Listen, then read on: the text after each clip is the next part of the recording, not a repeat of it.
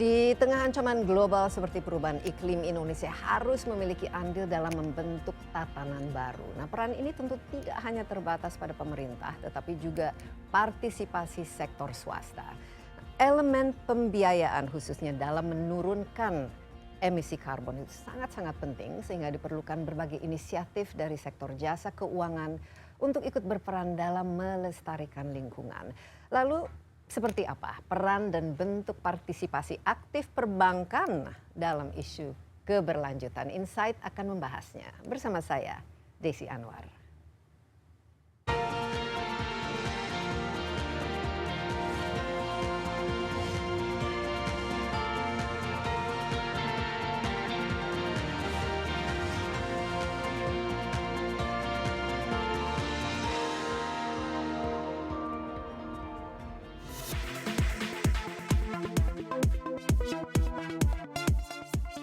Sektor perbankan makin menyadari pentingnya prinsip-prinsip environmental, social, and governance atau ESG dalam membangun praktik bisnis berkelanjutan.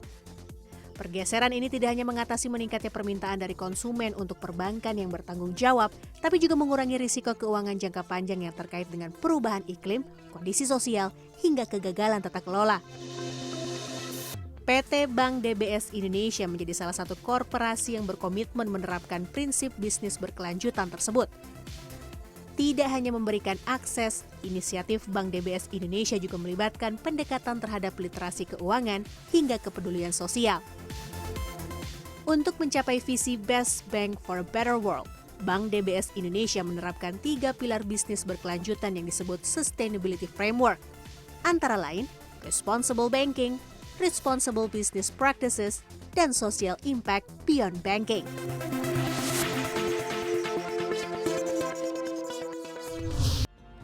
Masa depan keberlanjutan menjadi tanggung jawab setiap pihak dan hilirisasi menjadi salah satu upaya dalam menuju operasional bisnis yang lebih hijau. Nah, tak bisa dipungkiri, banyak masyarakat yang belum menyadari pentingnya perekonomian berkelanjutan dan dampaknya bagi lingkungan serta kehidupan di masa mendatang.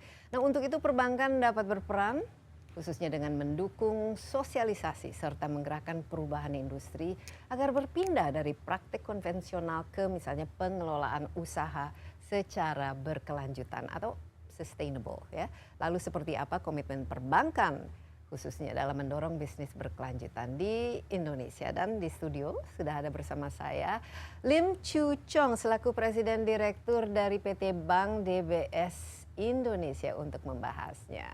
Chu Chong, how are you? I'm good. Great to have you on the Good show. to have you. I don't know how much you understood of that introduction, but basically I was saying that it's important now for companies, because Indonesia, we have a target, for example, to reduce our emission to zero by 2060, to actually actively implement ESG, environmental, social, and of course, good governance, preferably in an environment of green economy. Now, obviously, I see this can't be done without the involvement of the private sector, particularly in banking, because there are things like issues like the financing of it, and also just getting everybody on board with the same vision. Now, DBS Indonesia, tell me about you first of all. I mean, you're President Director of DBS Indonesia. Just a little bit about your journey, how you get to Indonesia, and how do you feel about being part of Indonesia's sort of growth, hopefully? Well, I've been in banking for many years. I've been in DBS for 30 years. 30 years, Yeah, my goodness. I started in corporate banking, SME banking, and when at 2016 I was sent to China. So I worked in China for 4 years, going around the different cities, seeing the different clients, which gave me a good appreciation of the Chinese economy, the culture, the business practice, and the Chinese enterprises. And then during the COVID years, I was back in Singapore as the COO of our institutional banking group covering large corporates, SMEs and all that. I did the non-business side of it. So that gave me appreciation of things like customer experience, employee experience, data, sustainability, and governance and control. Then I came to Indonesia in 2022 after Just after we were, COVID. yeah, recovering from COVID. Recovering, yes. So what I've done did give me a lot of preparation to come to Indonesia. But I've been in Indonesia for close to 2 years, and it has been a great journey. I think Indonesia is a great country with a lot of potential. In fact, from the outside before I came, you could see that Indonesia is also already rising in its standings in the international. Well, we are the largest country in Yes. ASEAN, Yes. if not even Southeast Asia. Yeah, but even outside of ASEAN, in terms of international standing, it has been improving with a good, stable government. People say that Indonesia is doing what they can to harness the potential. So I'm really glad to be So here. you're happy to be here. And Yeah, how's your I'm happy to bahasa? be You're here. taking lessons. I'm still taking lessons, but I'm still not too conversant. Yeah, at but it. Fortunately, the young people of Indonesia, they speak English quite well now. They're Yes. quite internationally minded. Yes. Now, with your 30 years of background, and you have the feel of the kind of the evolution of the banking industry, particularly in this region. When it comes to, when we're talking about now ESGs, we have our SDG, Sustainable Development Goals, which we have to fulfill by 2030. Do you see there is some kind of, like an evolution in terms of banking practices going on? Yeah, definitely there's that evolution. In fact, DBS as a group, we went into sustainability in year 2017 because the bank signed up for the TCFD. And we were one of the early people who signed up. And the bank went to develop a framework to incorporate sustainability into the whole franchise. So we had it going, and we made sure that we incorporate ESG practices into the risk management. Then we were also one of the first Singapore bank to sign up for the Net Zero Banking Alliance. And through that, we work out what's the path to net zero for some of our key industries. So we did that at group level, and we also evolved to have our core operations net zero in the banking operation by 2022, and 2023 we actually went to put in a pledge of 1 billion extra for the next 10 years under the DBS Foundation to just do our part to make the world a better place. Okay. So DBS as a group has done that.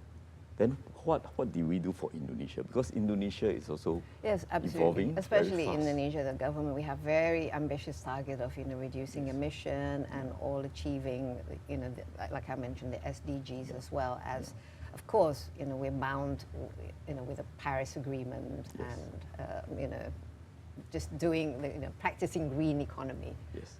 So in Indonesia, we also use the same framework, and one of the key things we focus on is responsible banking. Responsible banking. Yeah, in the responsible banking part, that is where we do our transactions. So in Indonesia, we have two kinds of corporate deals that we work with the corporations. One will be those fixed use proceeds kind of loan deals, where those are green loans, social loans, transition loans. It has a fixed use. And then there's those kind that are sustainability linked. These loans are those that help companies to transit. So between the bank and the borrower, we agree on a set of KPIs. We believe that there's a lot of scope for us to work with Indonesian companies in their transition process. And in terms of, for example, energy, I think the country has a stated goal of using renewable energy over the next couple of years. And we have been participating in this. So for example, we did a transaction for PLN where we were a lead arranger of one of the sustainability loans that focus on helping them to transit to new and renewable energy source. So that was one of the deals we did. We also work with Indica Energy. They are also transiting. So we did this financing to help them transform their wood pellets into biomass. So these are some of the things we are participating in the Indonesian economy. Okay, so there's quite a lot there. I think we need to pass it bit by bit as our conversation progresses. But going back on your experience in Indonesia and how it's not just the government willingness to pursue these goals, reducing emission, maybe doing just energy transition, and also fulfilling the SDG goals.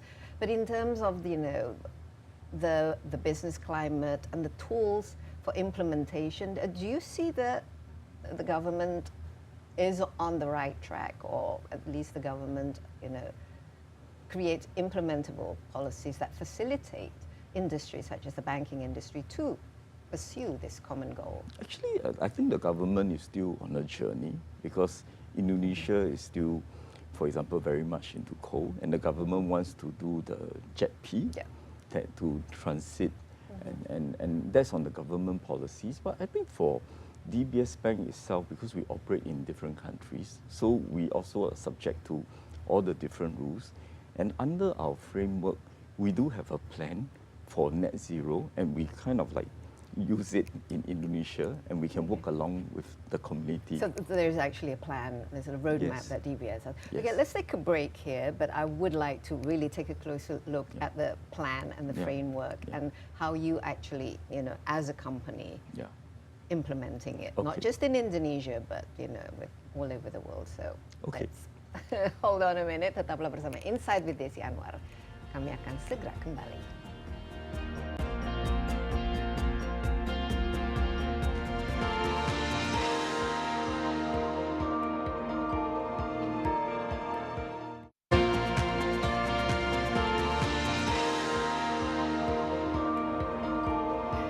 Anda masih bersama Insight with Desi Anwar. Di studio saya ditemani Lim Chu Chong, Presiden Direktur dari PT Bank DBS Indonesia. Nah, kita masih membahas terkait peran perbankan dalam upaya keberlanjutan atau sustainability. Nah, Chu Chong, you mentioned earlier that DBS has a framework for implementing anything to do with ESG, environmental, social governance, and also sustainability. Tell me a little bit more about it. Let me share about the framework. We have 3 pillars in our sustainability framework. The first one is around responsible banking. That is where we talk about how we finance corporate customer, how we create products for sustainable investing. And the second pillar is around responsible banking practice, how we walk the talk, how we get to net zero in our own operations, how we use renewable energy in our operations. The third one is around impact beyond banking. So that is where we use DBS Foundation to give impact beyond banking. That's where we support social entrepreneurship. That's where we try to make livelihoods better. So on the first piece of the financing, that is where we work with corporates to help them to transit and into sustainable banking kind of practice, sustainable practices in their operations. We spoke a little bit about the energy cases, but we also are participating in, let's say, infrastructure transactions. For example, we did transaction for State Grid of China, which is the electrical giant for China. They were working with PLN to put smart metering across Jakarta. This is how they digitize the whole electricity. Is this already ongoing? Yeah, it's ongoing. It's ongoing. We did a deal last year, so this project is already ongoing.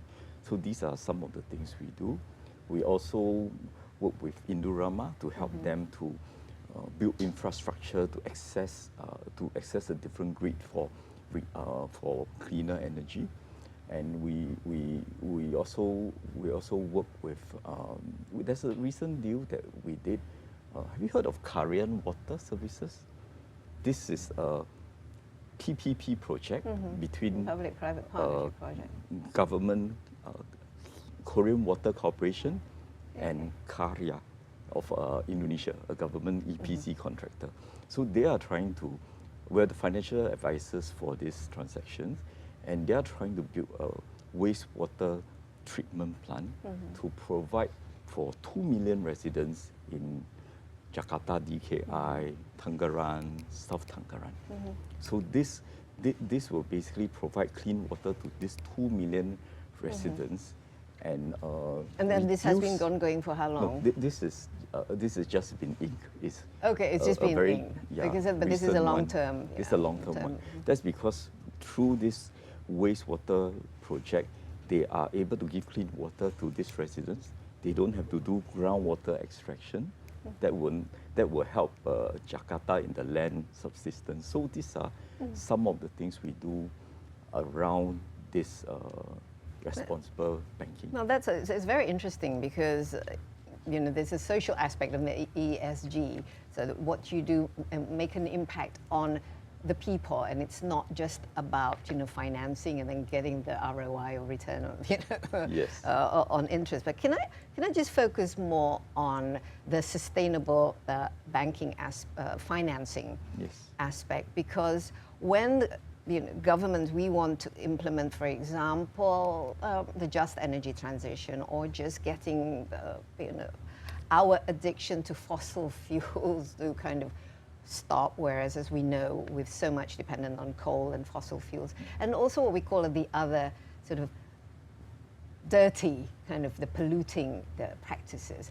Tell me a little bit about how you actually choose, implement, monitor this sustainable financing side of it, and just on how does it work really, and what do you look for in the company? We have a client base already, and we will work with them. We'll early engage them to talk about how we can be part of their sustainability and the transition framework. So we look at companies who are sort of going into renewable energy, the companies that need to go to net zero themselves, work with them on the advisory. We also try to engage the whole ecosystem, associations, even government regulation, to try and put this together. We work with them on sharing of best practices, maybe in their industry. We can use examples that are out of Indonesia to share with them. So we kind of pick customers that we can partner with who have the same desire, same vision to make the world a better place. And this is, in a sense, where we get the deals that I was talking about. For example, the newer thing now is about sustainable trade financing. Yes. So one of the deals we worked on was with Innobil, where we gave them a trade facilities to import EVs and EV parts. Yeah, electric vehicles. Yeah, at group level, this is not Indonesia, but at group level, we also have a tie-up with H&M Group to try and decarbonize the fashion supply chain. So this is where the supplier can access financing through DBS, and they can get services from a sustainable consultant to help decarbonize their operations. But are there tools to measure these Yes. activities? For example, this deal, they will need to get their greenhouse gas emission targets kind of like approved by H&M. Then they can get access to this pretty attractive rates kind of financing. Okay. So we've done, the first deal was in with an Indian manufacturer, where they got access to the funding to put solar panels, to make their motors more efficient, and to have water conservation in their operations. So this is what we do. So these are real implementable things. But this, particularly for Indonesia, do you see more and more companies adopting these kind of green practices into their DNA, and actually they commit to doing it sustainably and long term, and it's not just part of a CSR or greenwashing, or just to kind of check the box to make sure that they are complying, but the spirit is actually I think some of it could be also driven by international standards that's coming out. So, for example, we are exploring another supply chain kind of transaction. That's because it's driven by international rules that so there if is you a demand for want it in to an be international part of an international supply chain, you may have to change to sustainable practices. So I mentioned the H&M because I think we're exploring something in Indonesia. We're also exploring doing Sustainable something fashion. sustainable palm oil, for example. Sustainable palm oil. Yeah, where we are working on a trade facility that they can draw down if their palm oil are sourced from good sources, sustainable sources, RSPO, no deforestation, no peat, no exploitation. So we do have some of these things going on. And are you they actually part go- of CSR? Okay. I think the answer is no, because it becomes necessary as the world evolves, right? So it is going to be quite core, this whole business of transition. It's very, very interesting because, especially with palm oil issues, for example, or just transitioning to a cleaner energy, with it challenges that fossil fuels are still a lot cheaper, easier, and it's just a habit of using it. Do you actually sort of follow up on? Yes, we are partnering, but are you really doing it well? Do you have your own monitoring system when you go look in the ground and say, is this palm oil really from sourced sustainably, or is it just actually, they say that they're sourcing it? No, the bank will try to do some verification. Sometimes you work The know with your customer agencies, we talk to customers, and we know them well to make sure that they are actually walking the talk. It's not just what we call greenwashing. Yeah, exactly, greenwashing. So, because our reputation is also at stake. So, but I think it is becoming much better because people see that this is a necessary step for everybody to take, and the international standards define it, and the world will have to get there somehow. Because as we all know, the climate change, if you look at the numbers, we are actually in trouble. Yes, very much in trouble. Yeah. We're already experiencing it. Extreme weather patterns, rise of temperature, pollution, and ice caps melting. We're all in Jakarta's drowning. Anyway, we'll take a little break, but we will come back. Jadi jangan kemana-mana dulu. Insight with Desi Anwar akan segera kembali.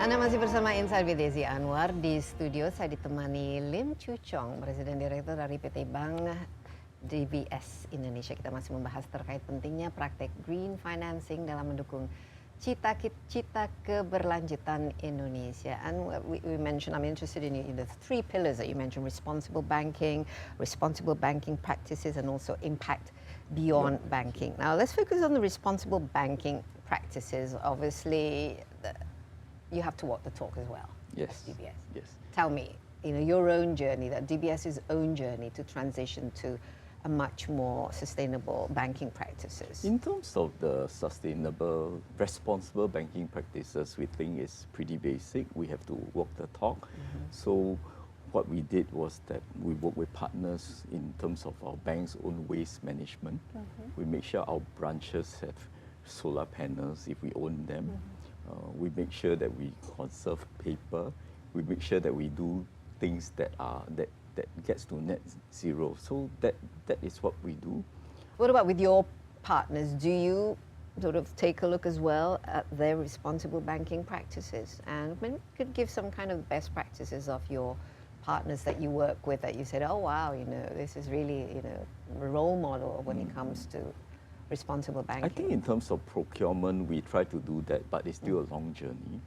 But I would like to share one example where we work with a social enterprise called Waste for Change. Yes, I know Waste for Change. You know Waste for Change. So I was just talking to the founder's son and his journey. Yep. I had him on my show. Oh, great. Times. So as we work with him, because he had to work with us on our waste management, he actually had to expand his operations to cover our branch footprint.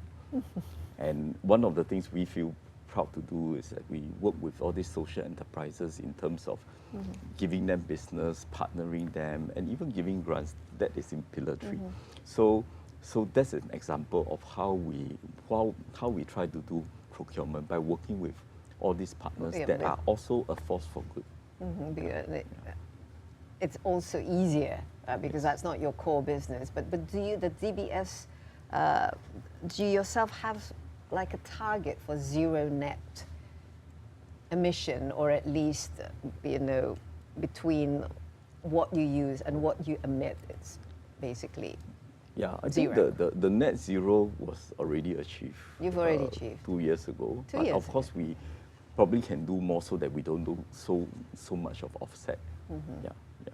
Because that's good when you don't have to spend too much on a carbon credit. Yes, So tell me a little bit more about the challenges in actually implementing responsible banking, because there's a lot of buy-in that people have to be on board, and there has to be some kind of collaborative as well as everybody's commitment. From my observation, the implementation of responsible banking practice has not been a problem. Okay. I think generally you get quite good buy-in. Could be because DBS has already been on this journey for some time, and then DBS also has a DNA of being socially conscious. We even run a people of purpose program, which is a volunteering. I think everyone goes through like 12 hours of volunteer work every year to make sure they volunteer in terms of the education space, the elderly and the environment. So through this people of purpose, they also get exposed to social concerns and all. I think all this helps. And the responsible banking practice, I didn't see any resistance actually. I think people just went along with it. What about the challenges in the climate of where you operate, which is Indonesia, and there are challenges. For example, we are still one of the largest producers of carbon, and maybe some of the policies that the government sets out still needs to be, still, like you said, it's still a long journey.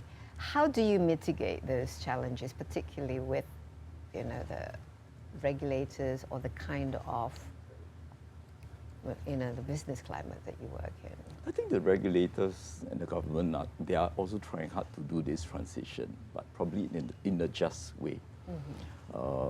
I know that the government is serious. One of the things we have done with INA, we were the advisors for them for their energy transition mechanism. That's how they transit from coal to clean energy. I think the government is very serious to do that, but there are, of course, some practical challenges in like the cost considerations, and those are challenges we have to face. But I believe as we go along, because of the urgency of the issue, I think worldwide governments and all that will have to somehow work together to make this just transition, especially for a country like Indonesia. Yes, and we had this conversation of just energy transition during the G20 when Indonesia was leading. Though I still need to see, the proof in the pudding. Yes, that's true. We'll take another little break, but I am interested in your sort of the socially conscious kind of aspect of it, and beyond banking, the impact to the people. So we take a little break. Tetaplah bersama Insight with Desi Anwar. Kami akan segera kembali.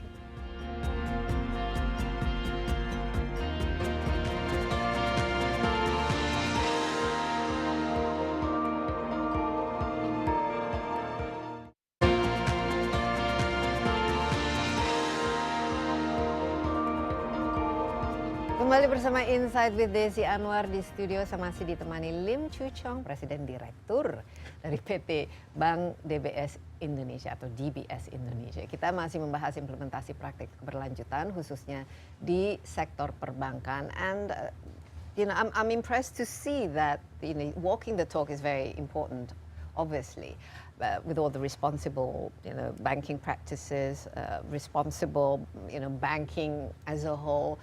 But you mentioned also the impact beyond banking, and now I think this is the kind of thing that it differentiates the good bank, a profitable, successful bank, from the great bank. Having all that, and yet giving value and impact to society. And tell me a little bit about more of your socially conscious. This impact beyond banking, we kind of started in the early early 2000s actually, and we stumbled into the space of social enterprises. And social enterprises are businesses with double bottom line, one with a social cost, the other one to make profit so that they don't rely on donations. Social cost. Yeah. Is cost the right word for it? Social cost, social mission. Yeah. You're right. Okay. So in 2014, that got spun off into a foundation called DBS Foundation. DBS Foundation. And we use that to support social enterprises in the form of grants, in the form of helping them to enable their business. We will source from social enterprises for products that will help them gain awareness within our customer base, and we will also give them grants. So for example, we talk about Ways for Change. They were one of the grantees. And we also publicize them in a sense of when we have a recent Asian Insight Outlook conference where we brought our customers in and we talk about the outlook, we give them opportunity to share. So this year's outlook, we let 2 social enterprises share their story. One was Nafas. Okay, this is The I app also that you interviewed use. the founder, the app to The app, measure correct. pollution. Yes. And Vital for Jakarta. We also let this firm called Plano. They are in sustainable building materials. So they shared with our customers about their business model, and there are collaboration opportunities. I have seen a client go up to Plano and talk about whether we can collaborate. So that is how we try to enable them. So at the end of last year, the group decided that in terms of the foundation, we will increase the size of the contribution. So we have pledged What were we 1 talking? billion, 1 billion? 1 billion Sing dollar for the next 10 years to all the DBS core markets, of which Indonesia is part of it. So it will make, the interesting part about Indonesia is that we do have the opportunity. How much for the Indonesia part of it? We won't disclose, but it's a decent amount. And because 1 billion over 10 years means roughly 100 million a year. Which is a lot. So that's for a good cause. And then we want to focus on the lives and livelihoods of the low income and underprivileged and to foster inclusion. That's the main theme. So in Indonesia, for the next 10 years, we will be looking at fostering inclusion and providing for daily needs. And we will be implementing programs. So watch this space. Yes, absolutely. Well, programs we are working on. share the good news. And then in terms of financing or giving grants and supporting businesses for impact, the social enterprise, within these 2 categories, we'll continue to support them. So you have somebody who's actually in charge of the foundation of that, because this looks, it's not your core business, but Correct. this looks like, you need the talent there, Yes, yes. you need the investment, and how much of it? You said social cost, but it's probably social investment, right? Social mission. Social mission, So, and where do you take it? Is it, where does it come from in terms of, is it from the profit or from? Tell me a little bit on the mechanics. This one, we are not expecting to make profit out of it. This is our contribution to society. So you actually take from your profit in Yes. order to put into Yes. this Yes. foundation. That's what we do.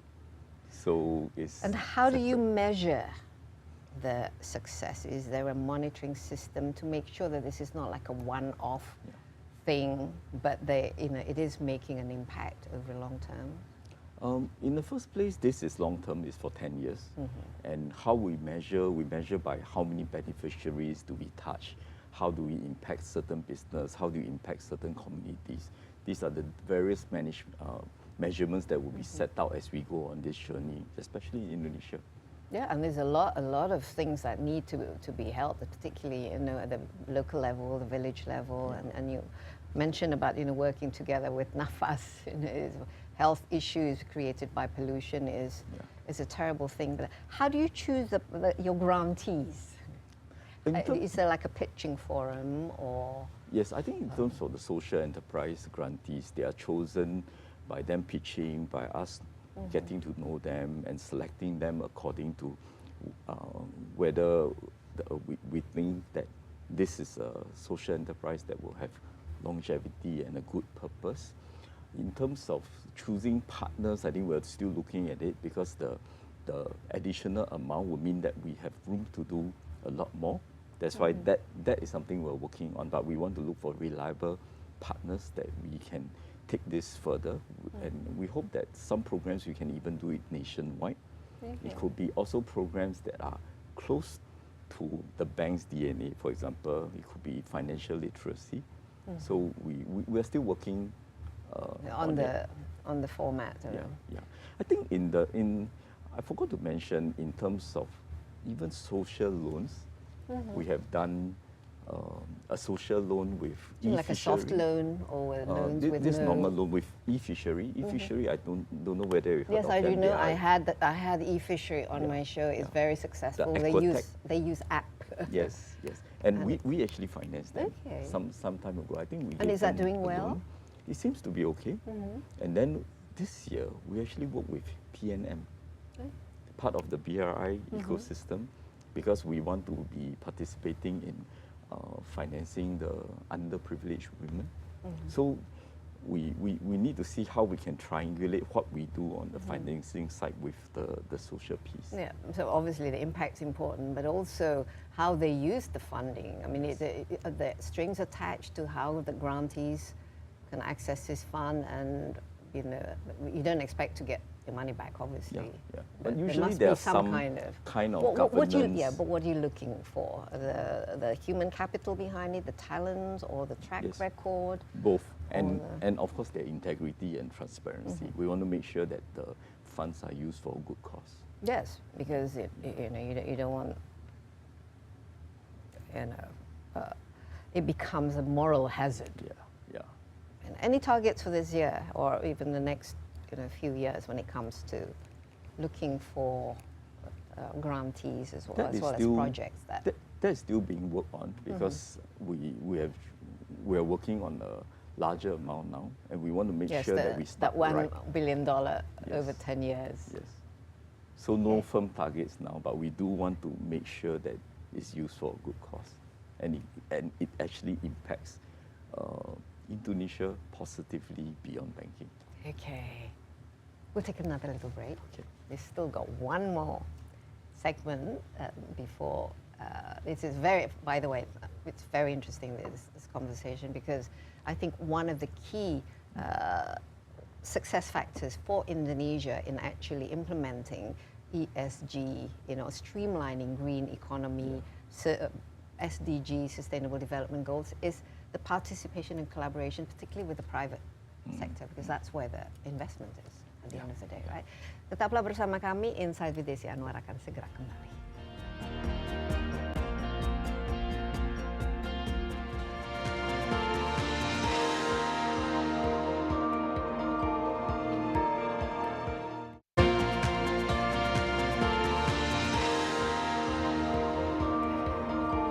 Anda masih bersama Insight with Desi Anwar di studio bersama saya Lim Chu Chong, Presiden Direktur dari PT Bank DBS Indonesia. Chu Chong, we've learned so much about what the bank's doing to implement the responsible banking practices, to create impact beyond just making money. Obviously, it's very important. And looking ahead. Well, Indonesia, we always look ahead and say 2045, the golden Indonesia.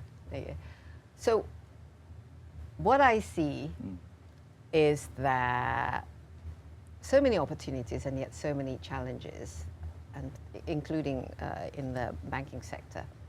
The technology, digital of things, Internet of Things, innovations, AI. AI, yes. Yeah. Surely it's impacting your business. Tell me. Actually, both AI and Gen AI are game changers. And I think it will significantly kind of affect the way we work in the next 5 years. You see, AI has been around for quite some time.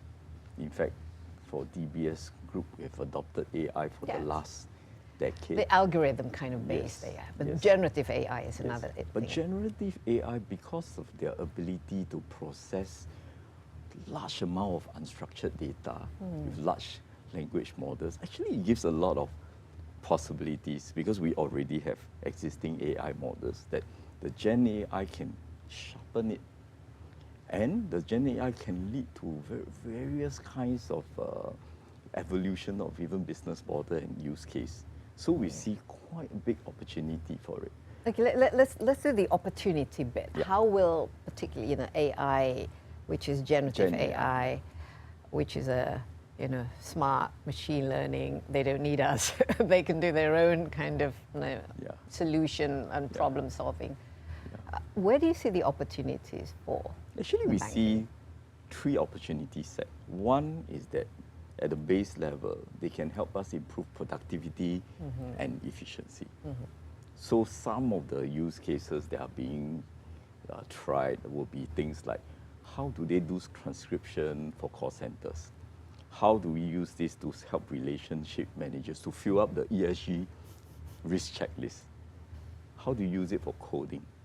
Coding, we all know that it can save like almost half the effort. Yeah. So these are the productivity drivers that we are already looking at and working on. The other next opportunity will be how it creates value in giving you a better customer engagement and to improve your work, the customer proposition. So this will be the next thing that's being worked on. The third opportunity that can happen is that you can even create new business models, new segments. So that are the possibilities we can see. But of course, we work on the base level first and see where it goes. So even for DBS Indonesia, we may think about implementing some of that, and we will do it in consultation with the regulators. And one of the things we are doing as all this is going on is to make sure we strengthen the governance. Yeah, well, this is the big conversation, how to regulate this thing and how to govern, particularly data, for example. Yeah, we already have governance around AI, ML now, so we have to strengthen that to cope with what is going to come for Gen AI. So for Gen AI, we're actually at kind of like a crossroads. It has a lot of opportunities, yet it has risks as well. So Tell me, what, in your eyes, the risks? The risks are the data inaccuracy, hallucination, and all that gives us some doubt. So how do we adopt it as we go along? To say that we are afraid of this and we don't adopt, I think we'll miss the boat. So well, you get left what behind. we probably need to do is to adopt what we can, maybe as co-pilots to help us work. And then at the same time manage the risk. If we climb up and say, because of risk, we're not doing anything, we are not going to get anywhere. So is there a strategy? Are you working on a strategy on how to face the generative AI, all these? So we do, because there's a lot of unknowns. There are a lot of unknowns, but I think there are use cases that we can already try. At the base level is to improve productivity, and then we got to see how sharpen the use case as we go along, and try to avoid the excesses on the other side. Well, they say that if we use AI properly, it can actually generate a lot of, in terms of the economic value, in terms of how many trillions or whatever. Yeah. Can you sort of visualize the proper use of AI or the adoption of AI and taking advantage of it to increase in terms of the financial impact to the business? Yeah, in terms of just the productivity saves, I was mentioning that coding, you can you can save almost 50% of 50. Okay, that's good. So that means that with the same workforce, you can actually do more. Okay. Or you can actually do more with less workforce. Right? Yes, whichever equation works, right? And then in terms of your own staff that can use, let's say, generative AI as a co-pilot, they can devote their time to doing more value-added stuff for more customer engagement. You reduce the paperwork, let's say, for a relationship manager. You can have more customer time. So you can spend more time having tea and coffee with your so there will be face-to-face. Yeah, there will be economic. Until there is like an avatar, the AI version of you doing it.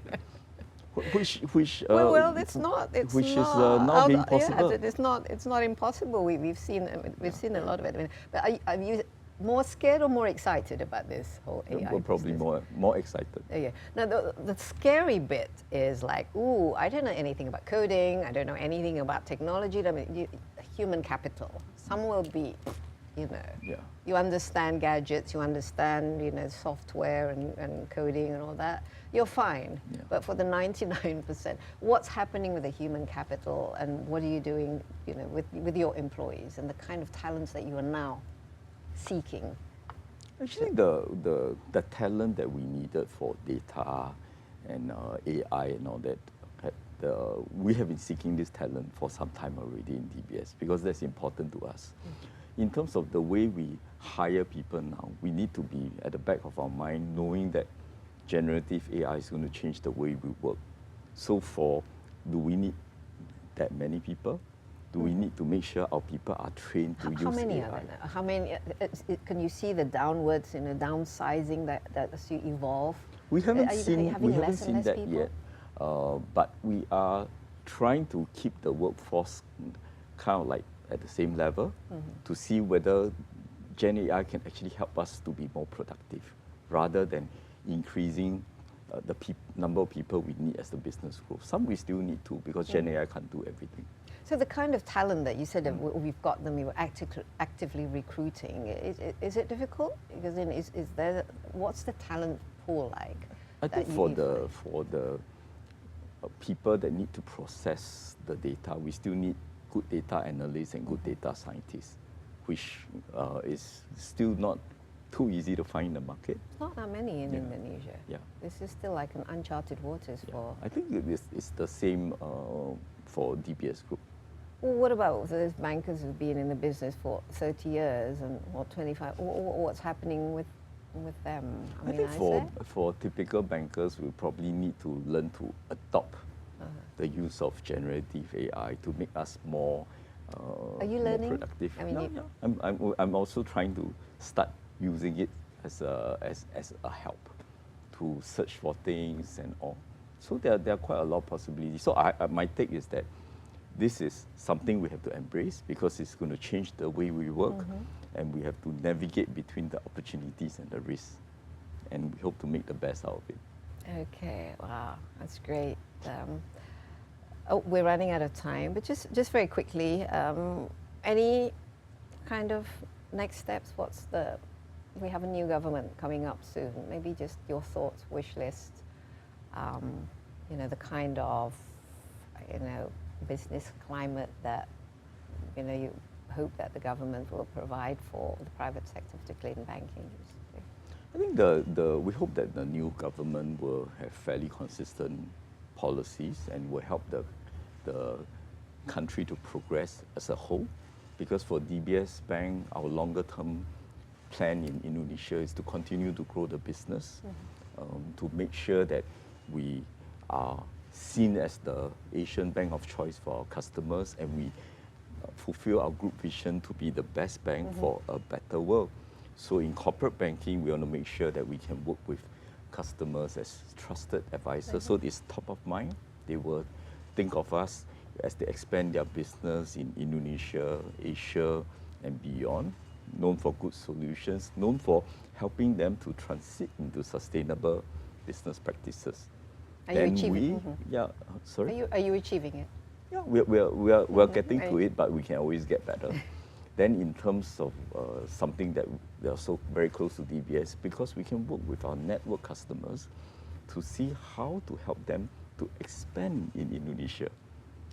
This is especially for the Greater China customers, India customers, Singapore customers, especially when the government is doing the downstreaming policies. I think there's quite a lot of scope for that. And then for the wealth management business, I think we want to make sure that we are seen to be a premier provider of wealth management solution. And overall, we want to make sure that we run it as a sustainable company, because I talk about how the bank should do well, do good, and even better, do well by doing good. Yes. Yeah. Impact beyond banking. Yeah. Chu Chong, thank you so much for your insight and best wishes for you. And I hope, have you traveled around Indonesia? Yeah. Where, other than Bali, please. No, I've gone to, I like Mount Bromo. Oh, I've Bromo, gone to- it's beautiful. Yeah, Where going to else? visit Labuan Bajo and Georgia soon, Yeah. hopefully. Okay, well, Indonesia, 17,000 islands. You take your pick. So Okay. Once again, thank you so much. And ya, demikian Insight with Desi Anwar kali ini. Jangan lupa Anda juga dapat menyaksikan tayangan ini di cnnindonesia.com dan di YouTube CNN Indonesia, Insight with Desi Anwar. Sampai jumpa, stay safe. Bye-bye.